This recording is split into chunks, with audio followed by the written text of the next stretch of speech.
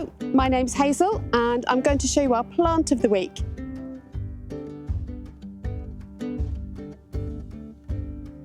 Here we have Penstemon. So if you're looking for a cottage garden perennial with a lovely romantic feel, you cannot do better than a Penstemon.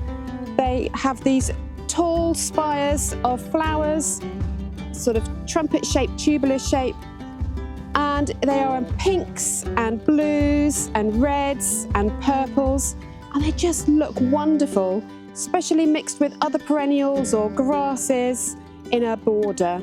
Some of them you can also grow in a pot, and they'd look wonderful on your patio. And they're like fertile soil in a really sunny place. Near a south-facing wall is really good, especially if you're in a colder part of the UK. They'll use the heat from that wall. And in really dry weather, you'll have to water them. Otherwise, once they're established, they're fairly self-sufficient. In the winter, leave the foliage on because they're semi-evergreen, and that foliage will give them some protection over the winter.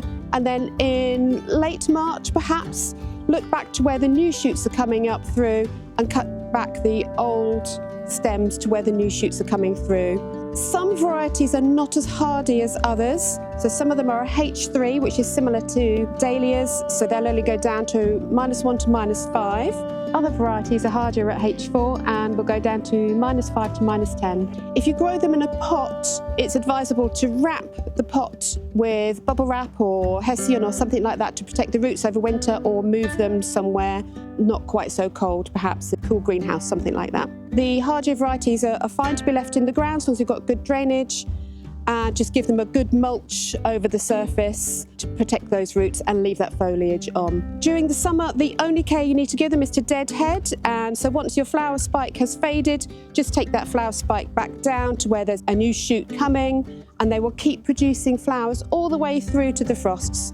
And they're just really wonderful. My favourite is this one here. It's called Heavenly Blue, but I'm also particularly fond of this one here, which is Hidcote Pink. And all of these varieties are grown on our own nursery. They are just wonderful to have. If you live in Sussex, they are locally grown plants, low plant miles. They're adapted to the local conditions here, and they will give you so much joy over many, many years in your garden.